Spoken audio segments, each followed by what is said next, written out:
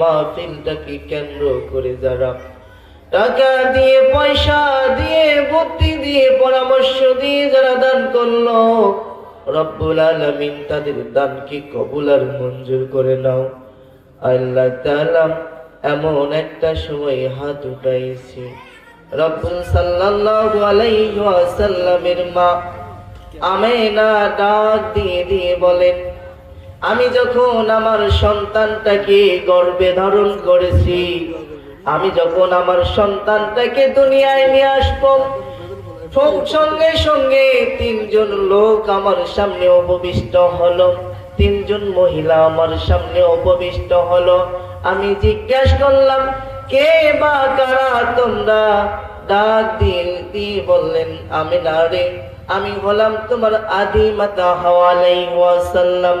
দুই নম্বরের প্রশ্ন করে, আমিনা রে, আমি হলাম তোমার ঈসা রুহুল্লাহর মা মরিয়ম আলাইহি ওয়াসাল্লাম।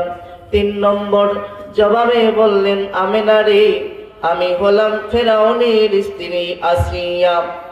এমন কথা আম্মা জান আমেনা ডাক দিয়ে বলে, পৃথিবীর মানুষেরা রে, তোমরা যখন দুনিয়ায় সন্তান প্রসব করো, কেউ চিল্লাই চিল্লাই বলে, কে আছো, আমাকে একটু বিষ দাও, আমি খাবো।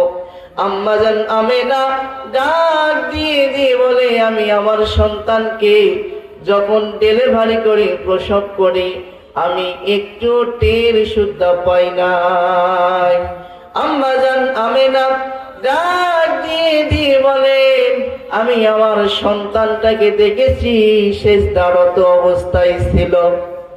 আম্মা জান আয়েশা রাদিয়াল্লাহু তাআলা আনহা বলেন, রাসূল যখন দুনিয়া থেকে বিদায় হয়ে যাবেন, রাসূল আমার উরাতের উপর মাথা রেখে ঘুমাচ্ছিলেন। হঠাৎ করে আল্লাহ রাসূল নামাজ বলতে বলতে দুনিয়া থেকে বিদায় হয়ে গেলেন।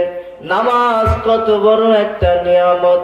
ওসমান রাদিয়াল্লাহু তাআলা আনহু বলেন, কেউ যদি 5 ওয়াক্ত নামাজ আদায় করে থাকে, আল্লাহ তাআলা তার আমলনামায় 5টি পুরস্কার দিয়ে দিবেন। 5টি পুরস্কার কি? আল্লাহ রাসূল সাল্লাল্লাহু আলাইহি ওয়াসাল্লাম বলেন, 1 নম্বর পুরস্কার হচ্ছে তার রিজিকে কষ্ট থাকবে।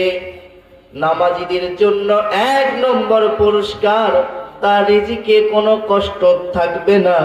2 নম্বর পুরস্কার, কবরে আযাব হবে না। 3 নম্বর পুরস্কার, কিয়ামতের দিন, যেই দিন আমরা আল্লাহর সামনে হাজির হব, সেই দিন আল্লাহ পাক রব্বুল আলামিন আমাদের আমলনামাকে ডান হাতে দিয়ে দিবেন। নামাজীদের জন্য 4 নম্বর পুরস্কার, বিনা বিদ্যুৎ গতিতে ফুলসিরাত পার হতে পারবো। 5 নম্বর নামাজীদের পুরস্কার, বিনা হিসাবে জান্নাতে চলে যাব। আমরা নিয়মিত 5 ওয়াক্ত নামাজ পড়ব। আল্লাহ তাআলা আপনাকে আমাকে নিয়মিত 5 ওয়াক্ত নামাজ পড়ার তৌফিক দান করেন। সম্মানিত ভাই।